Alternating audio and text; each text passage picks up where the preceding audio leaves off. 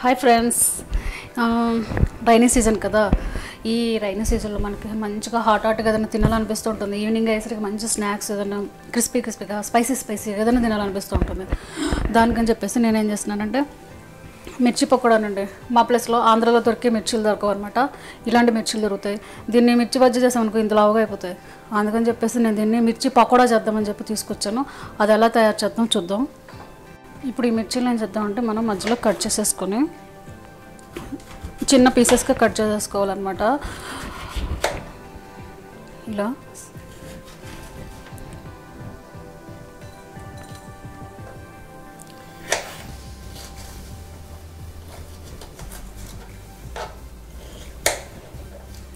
ఇవేంటంటే కారం ఉండవు.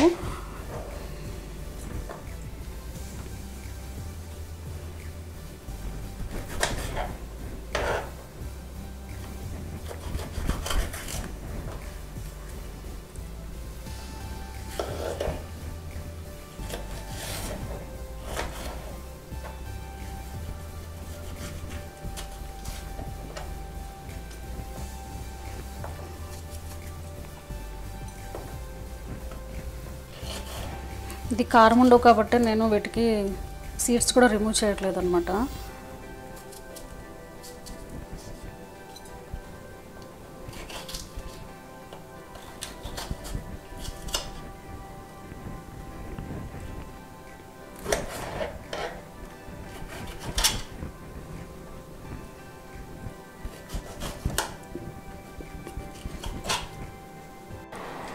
చూసారు కదా, వీటిని ఇలా కట్ చేసుకున్నాను. బేషన్ పౌడర్ అనమాట ఇది.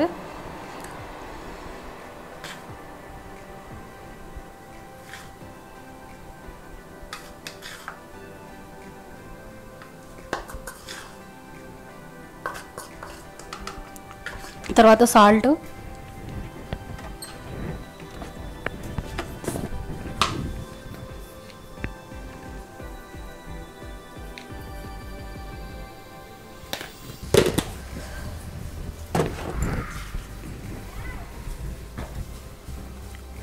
అజ్వైన్,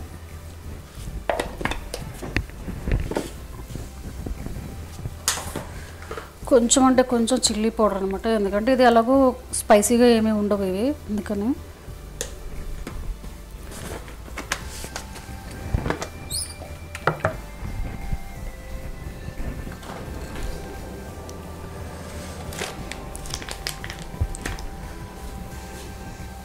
కొంచెం గరం మసాలా,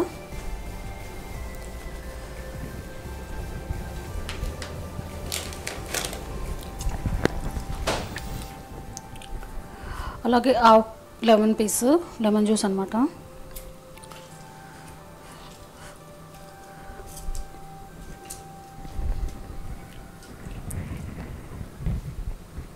వీటిని బాగా మిక్స్ చేసేసుకుందాము.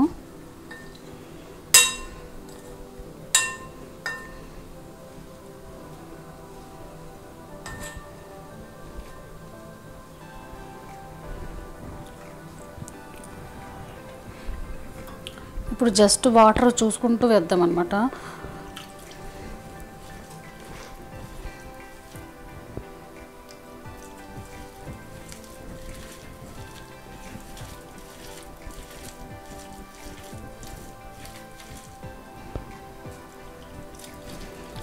ఇది సరిపోతుందండి, ఇది వాటర్.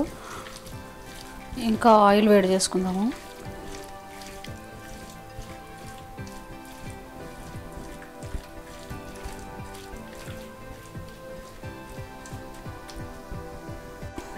ఆయిల్ కూడా వేడెక్కిపోయింది అనమాట. ఇప్పుడు ఏంటంటే మనం రెడీ చేసి పెట్టుకున్న మిర్చి బ్యాటర్ని ఇందులో వేసుకుందాము.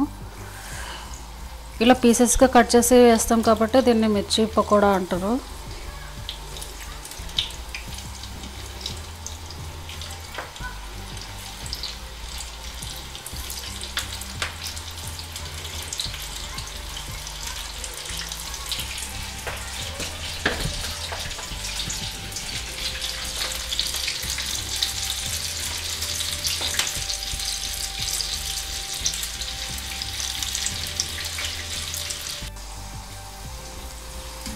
చూడండి, బాగా వేగుతున్నాయి కదా. ఇలా పీసెస్గా కట్ చేసుకుని వేసుకుంటే ఎంత క్రిస్పీగా వేగుతాయో మీరు కూడా ఒకసారి ట్రై చేసి చూడండి.